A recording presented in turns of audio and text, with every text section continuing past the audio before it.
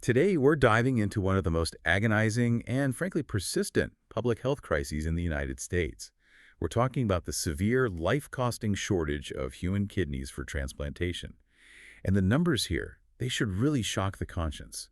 I mean, think about this for a second. Thousands of Americans die every single year just waiting for an organ. As we're talking right now, there are over 90,000 people on the wait list just for a kidney. The stakes just couldn't be any higher. And the data we reviewed, it is devastatingly clear. Roughly 4% of the people on that kidney list will die this year, still waiting for a call that just never comes. And just as tragically, another 4% become so frail, so sick, that they're taken off the list. They become too sick for the surgery, even if an organ did show up. Yeah. This isn't just some logistical problem in the healthcare system. It feels, to me, like a genuine moral and structural failure of our current model. It is. It's a profound crisis, and it's rooted entirely in scarcity.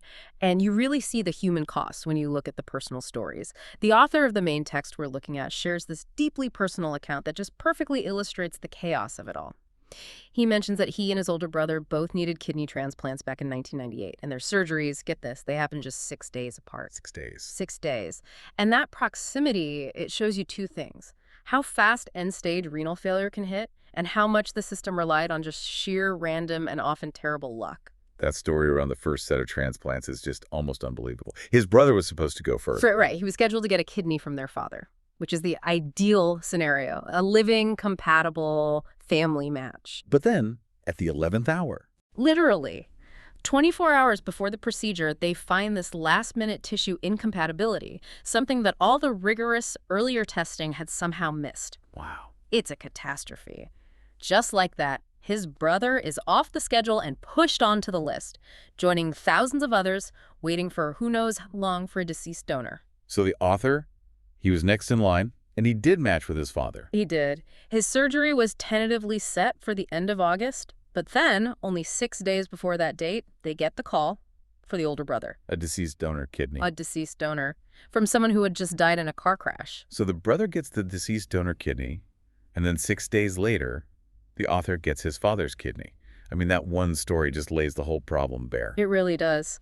Life-saving organs are dependent on unexpected tragedy, and that reliance on a pure, spontaneous altruism is just completely insufficient to meet the need. Not for 90,000 people. And that really sets the stage for our central question today, a question driven by the sources and by those 4,000 deaths every year. Given this crisis, is it time for us to move past a purely altruistic model and actually consider compensating donors? And if we do, what would that even look like? Yep. What are the guardrails for a federally regulated organ market?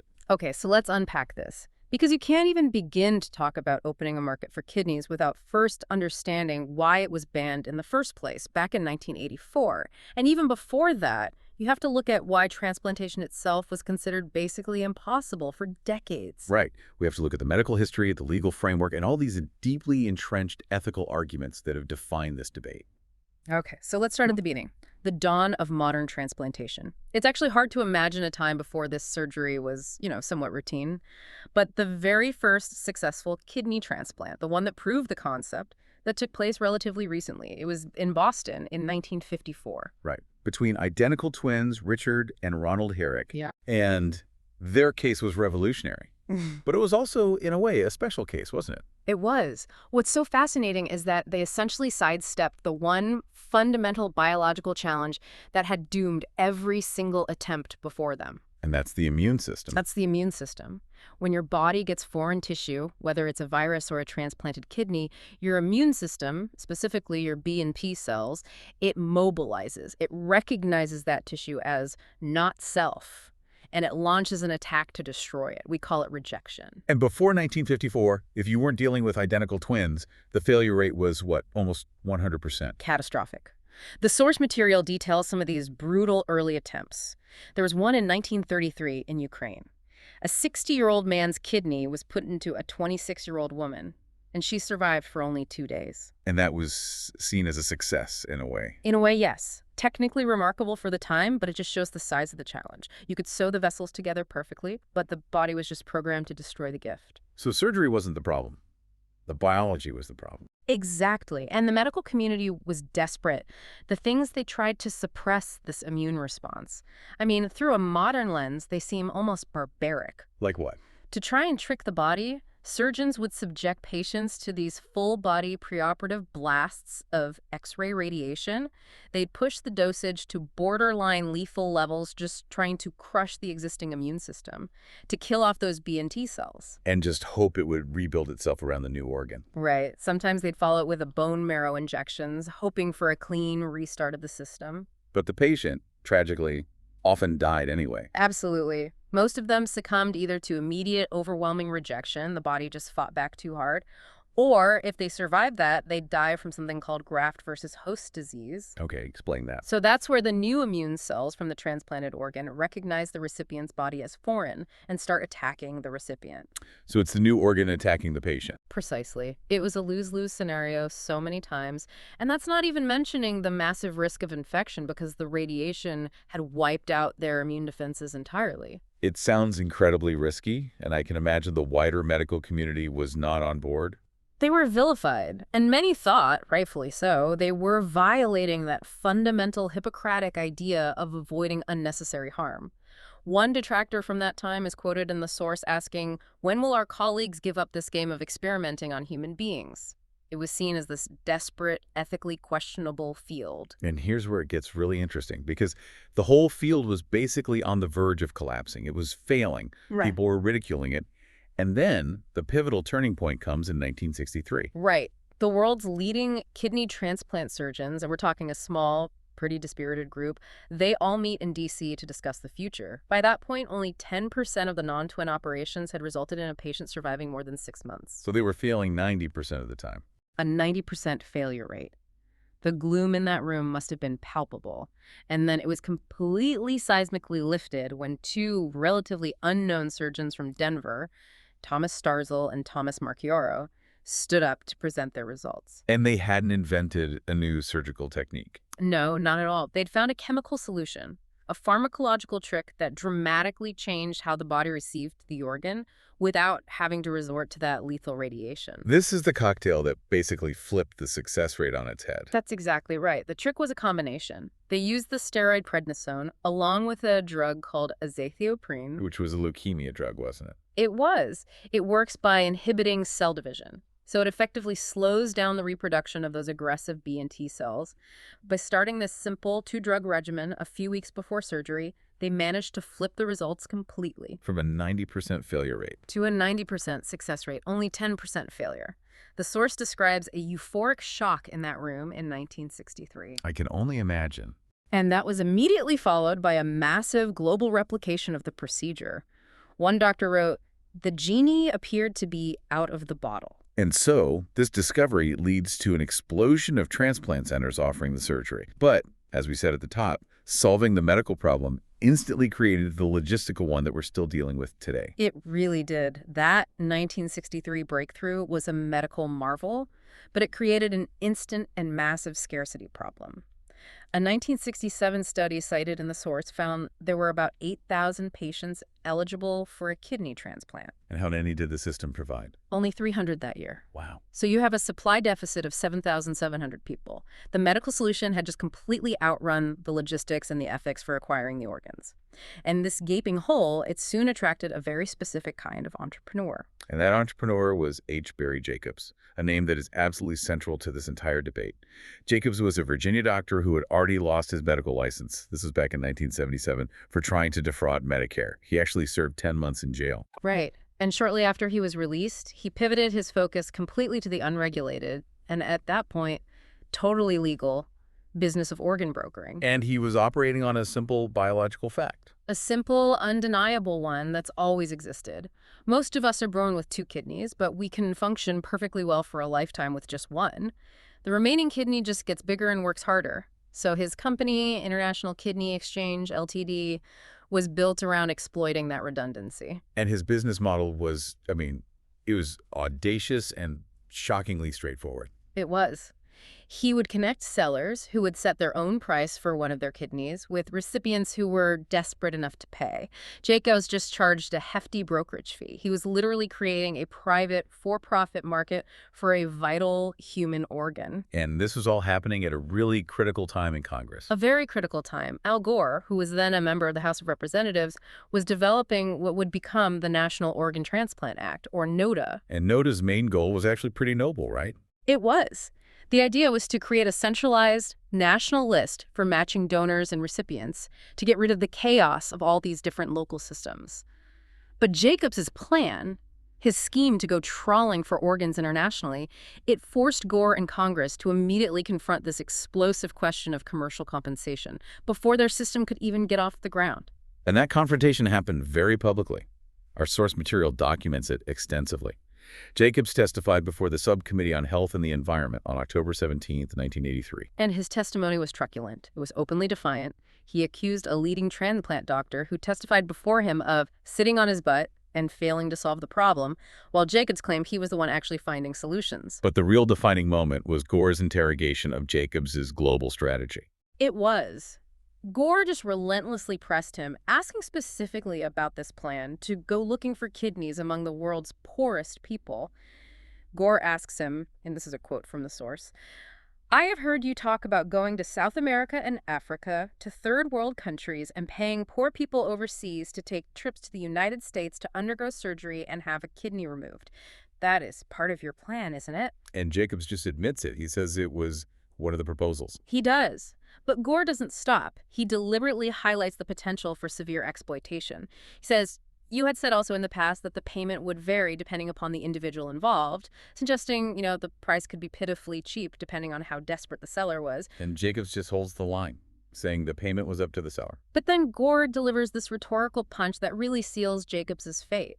He asks if some donors might accept a cut-rate price just for the chance to see the Statue of Liberty or the Capitol. And Jacobs's response, it was the soundbite that defined the whole ethical panic. He said, what their motivation is not important. Not important. Not important. That one exchange, that moment of just clinical disregard for the motivation and desperation of the world's poor, it highlighted the immediate potential for abuse in an unregulated market. And the legislative reaction was swift. It was absolute. It was. When the National Organ Transplant Act, NOTA, passed in 1984, it explicitly declared the sale or barter of organs used in transplants to be a federal felony in the United States. And that prohibition has defined our system for, what, nearly 40 years now? For nearly 40 years, it created a system built entirely on altruism, and it eliminated the private market.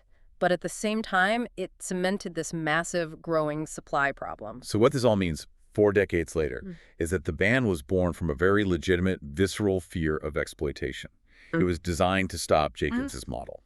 But it also locked the U.S. into a system where thousands of people die every single year because we've prioritized a moral, ideal, pure altruism over tangible public health outcomes. So let's connect back to the current human cost of that decision. The author's personal story comes back into focus in 2018.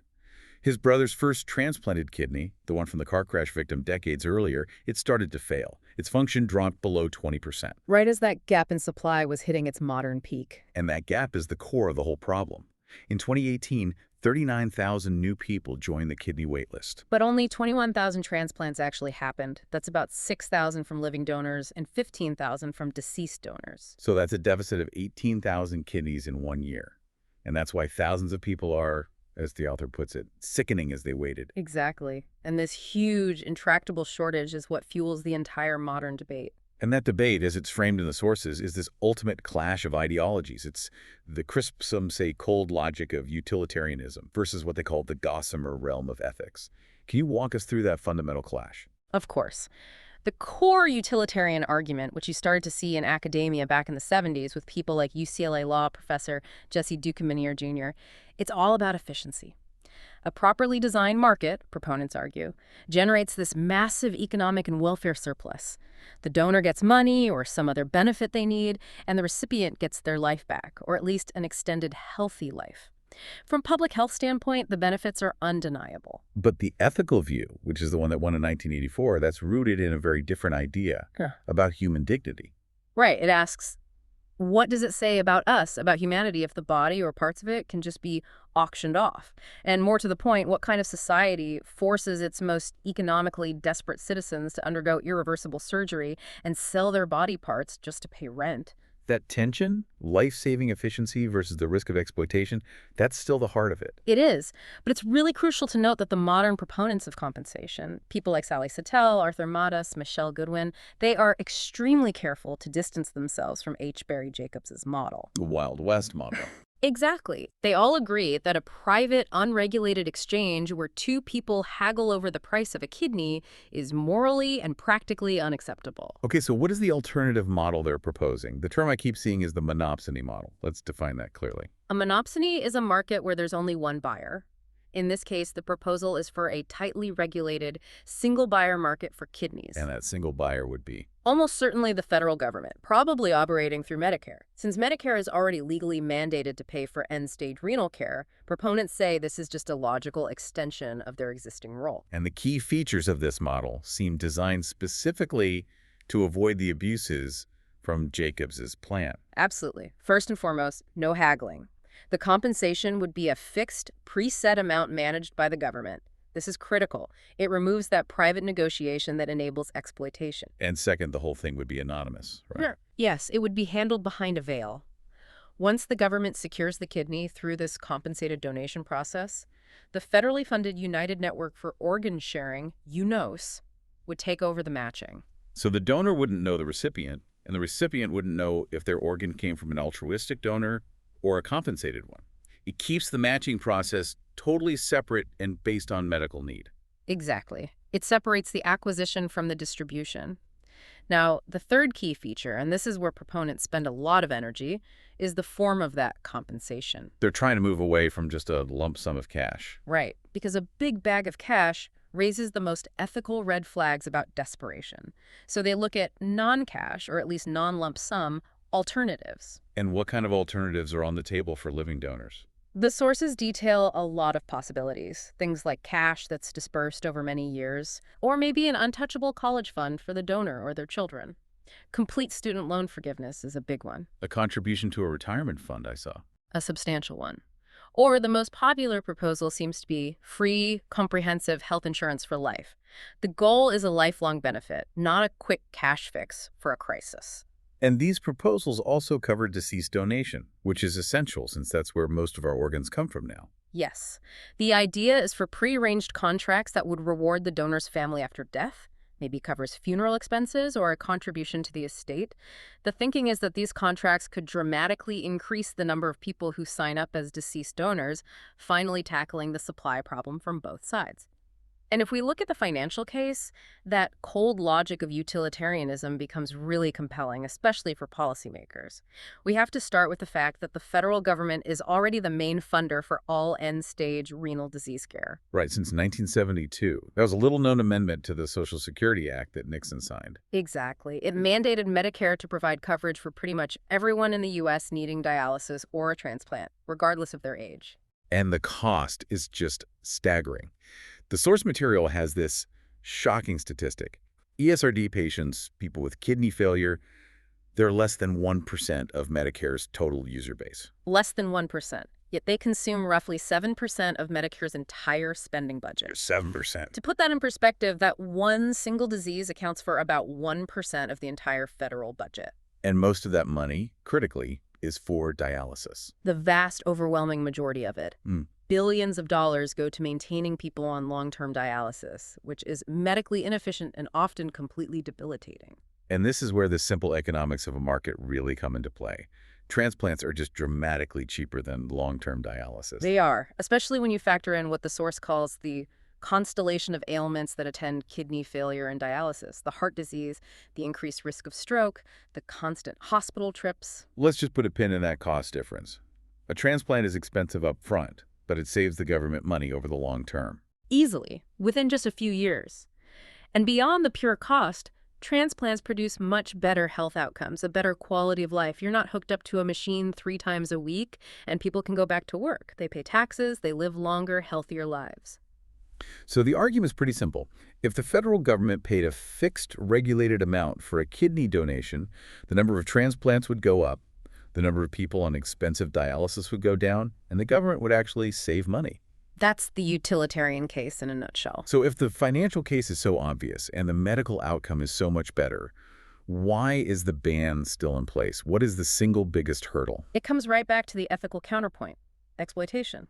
Opponents argue that no matter how well you regulate it, a market will always intrinsically force the poor to sell a piece of themselves. But the proponents, they hit back with a really pragmatic argument. A devastatingly pragmatic one. They say that making sales illegal doesn't stop exploitation. It just drives it underground and creates a deadly global black market. And that black market exists because the shortage is global. The World Health Organization estimates that up to 10% of all transplant organs worldwide are procured on the black market. And that market is the definition of coercive exploitation. Our sources point specifically to the illicit trade in places like Afghanistan. A 2021 investigation described it as a portal to new misery for the country's most vulnerable. So you have desperate people, forced by debt or hunger, getting paid pitiful amounts for their organs. And undergoing surgery in unsanitary conditions with almost no follow-up care. And this is all supported by wealthy transplant tourists who fly overseas to buy what they can't legally get at home. So the argument here is that a legal compensated system in the U.S. wouldn't fix the global black market, but it would dramatically increase our domestic supply. And if it reduces our wait list, it curtails the demand that fuels that predatory trade. It would save American patients from having to turn to those dangerous, illicit methods overseas. So to see a market in action, even an imperfect one, we have to look outside the U.S., to the only country that has a partially regulated market for living donors. And that's Iran.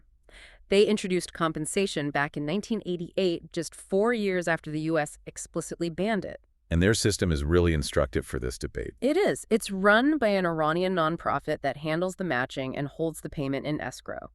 The donor gets a fixed government reward. A 2019 study estimated this was equivalent to less than 2 years of minimum wage, plus they get a year of free health insurance. And the recipient is supposed to pay for that reward, though charities often step in to help. But what's the ultimate measure of success? This is the astonishing metric. The source states that Iran, unlike the U.S., now has a wait list to be a donor. A wait list to donate. It proves, unequivocally, that compensation solves the supply problem. Roughly 50% of all transplanted kidneys in Iran come from living donors, and the vast majority are completely unrelated to the recipient. And how does that compare to the U.S.? Here, living donors made up just under a third of total transplants in 2022. Iran essentially eliminated its kidney waiting list within a decade. Okay, but we have to look at the flaws, because the Iranian system is not the tightly controlled monopsony that's being proposed here. Its imperfections are what fuel the ethical concerns. They are. The sources detail how brokers often get hired on the sidelines of the official process. They act as facilitators to negotiate higher unreported side payments. So a donor might hold out for an unofficial cash payment on top of the state-regulated one. Exactly. It corrupts the fixed reward model and turns it into this gray market where private negotiation and exploitation can still happen, just in a less visible way. And the link to poverty, despite the regulation, is still very stark. That's the core ethical issue, isn't it?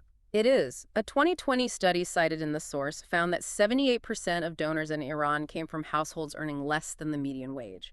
An earlier study found only about 6% of donors had a college education. So that confirms the opponent's worst fears, that it's the poor who are compelled to become the sellers. It does. Though, in fairness, the sources offer an important counterpoint to that. That same 2020 study noted that 50% of the recipients were also poor. So while the poor are selling, the benefits aren't just flowing to the rich. The market helps lower-income recipients get an organ they might otherwise never get. Right. But regardless of who benefits, the fight in the U.S. always comes back to that fundamental moral aversion, the one articulated by Representative Henry Waxman after the Jacobs testimony. Human organs should not be treated like fenders in an auto junkyard. That's the sentiment. This powerful belief that the body holds some sacred status that can't be reduced to an economic transaction. It was reinforced in a Department of Health and Human Services report a few years later, which said, "Society's moral values militate against regarding the body as a commodity." And that is the powerful, almost spiritual argument against the market. But the source author, who says he initially agreed with that moral aversion, found his own philosophy was completely changed by his personal experience. He describes this process. The constant exposure to medical interventions, the needles, the prodding, the clinical vocabulary, it gradually disabused him of this idea that the body holds some magic core or spiritual identity. And that philosophical barrier for him, it finally shattered when he got the precise, microscopic details of his diagnosis, Alport syndrome. And the sheer specificity of that genetic flaw is what transformed his understanding. His condition was traced to one single tiny misspelled genetic base. GGT had been mistakenly switched to GAT on exon 7 of the COL4A5 gene, A single letter change. a glitch in the biochemical software. And that one glitch leads to faulty type IV collagen, which causes defective tissue in his kidneys, his eyes, and his cochlea. And when he saw his defect in this microscopic, quantifiable way, he had what he called an uncanny revelation, that the human body is marvelous, yes, but fundamentally a machine. He realized if one of his sons were to inherit that faulty gene, he would happily pay any amount of money to have that GAT replaced with the correct GGT, just like he'd pay a mechanic to replace a broken fender. And he concludes that whole line of reasoning with a respectful nod to the ethical opponents by saying, simply, we're just a bunch of parts. And it's exactly that shift in perspective from the body as this sacred thing to the body as a marvelous but fallible machine that can be fixed that has started to influence major medical organizations. We're seeing what the sources are calling an arc of change in these policy positions. And this shift is significant. We're talking about groups like the American Society of Transplant Surgeons, the American Society of Transplantation, and even the AMA. They're no longer universally opposed. They're calling for pilot programs to remove financial disincentives and actually explore regulated incentives. And there's even political movement. Representative Matt Cartwright has proposed the Organ Donation Clarification Act, which would let states experiment with compensation free from criminal liability under NODO. Now, to be clear, the opposition is still very loud. The National Kidney Foundation still calls it profiteering. Right. But the debate is fundamentally shifting. It's moving from whether compensation is moral to whether our current moral high ground is causing an unacceptable amount of death and suffering. And that takes us right back to challenging that exploitation argument based on just policy consistency. Proponents argue that saying a market would coerce the poor ignores the fact that we already pay people to risk bodily harm and even death every single day, and in sectors that disproportionately employ the poor. They cite workers in slaughterhouses, people in Amazon fulfillment centers, miners. We accept that some people take on these incredibly risky jobs for meager pay. But when it comes to a kidney, suddenly society claims this singular overriding moral duty to protect them from that choice. And when you actually look at the risk assessment, the cognitive dissonance is startling. It is. The sources quantify it. Loggers die at several times the annual rate of kidney donors. The mortality risk from donating a kidney is only slightly higher than the risk from giving birth in the U.S. So if we accept paying people for the high-risk job of mining coal, why do we draw this moral line at compensating the relatively lower-risk act of saving a life? Which leads to the detailed policy tweaks designed to mitigate that very coercion and ensure truly informed consent. For example, a policy could mandate a compulsory waiting period, 6 months, maybe even a year, to prevent a hasty, desperate sale driven by a sudden crisis, like an eviction notice. And designing the compensation to be non-lump sum, like we discussed, that lifelong health insurance or student loan forgiveness, that could strategically pull donors from the middle and upper classes too. Exactly. It would diversify the donor pool beyond only the most desperate. And the system already kind of acknowledges the need for incentives. The Organ Procurement and Transplantation Network already gives living donors this highly prized golden ticket. Which is front-of-the-line priority if their own remaining kidney ever fails. Right. It's a non-monetary incentive that's already built into the purely altruistic model. Finally, we just have to look at how the current altruistic system reinforces these staggering socioeconomic and racial disparities. The data cited is heartbreaking. White patients were about twice as likely as Asian or Hispanic patients, and a stunning 4 times as likely of Black patients to receive a living kidney donation in 2014. And that gap isn't shrinking. And that disparity exists because our current living donation system relies so heavily on social and financial networks. To donate a kidney, you have to have the financial security to take weeks off work. You need a support system, maybe paid childcare, money for travel. You need to be able to recuperate without suffering a major financial hardship. So the current system is not neutral. It implicitly rewards people who already have money and strong support networks. It does, and that's the crucial point proponents are making. The current system rewards those with money implicitly, letting the wealthy access organs faster through their social capital. So why are we so reluctant to just reverse that equation and explicitly reward those without that capital, especially when the status quo costs us 4,000 American lives every year? Hmm. So let's bring this whole complex conversation back to where we started with the author's family and their outcome. His brother, thankfully, was lucky. He avoided going back on the waiting list for a second time. An old friend from high school, a mother of two who was already a listed marrow donor, she volunteered. Her motivation was purely altruistic, just rooted in deep friendship. She went through that whole battery of physical and psychological tests and was a good match. And the surgery was delayed by the start of the COVID-19 pandemic, which is a brutal irony, right? That transplant surgery is sometimes classified as elective just because dialysis is a fallback. It is. But the surgery did go ahead in July 2020, and both of them recovered swiftly. The donor was walking within a day and home in 2. It really speaks volumes about how safe the procedure is now. And this brings us to a final, fascinating detail about the reality of compensation. Right. The author's brother and his wife, they gave the donor a few $1,000s. Not as a payment for the kidney, but to cover practical expenses. Exactly. Travel, hotels, and crucially, her lost wages while she was recovering. It was a practical, necessary gesture. The money gave the exchange a pragmatic foundation and signaled this inexpressible depth of gratitude. It shows that even inside our strictly altruistic framework, money naturally enters the equation just to cover the costs of being altruistic, costs that many low-income potential donors just can't afford to bear. And the brother's medical status now is this powerful visual metaphor for the whole history of transplantation. Surgeons don't usually remove the failed organs, so he now has 4 kidneys in his body. His 2 failed originals, the third one from the deceased donor decades ago that's now just limping along, and the new, fully functioning 4th kidney from his friend. His clock has been reset.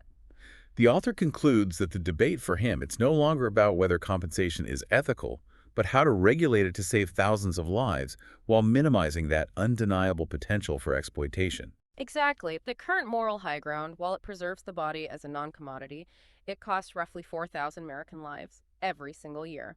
The question is whether that abstract ideal is worth that very tangible cost. So we'll leave you with this final provocative thought to mull over. The federal government is already saving billions of dollars and extending thousands of lives by guaranteeing compensation in the form of workers' comp, insurance, and medical care to the poor who get injured or killed in high-risk professions like mining or slaughterhouse work. Does the ethical argument against compensating a kidney donor, who faces a demonstrably lower immediate physical risk than those workers, simply prioritize an abstract moral ideal over the tangible, immediate, life-saving public health outcome of eliminating the waitlist? Something for you to explore on your own.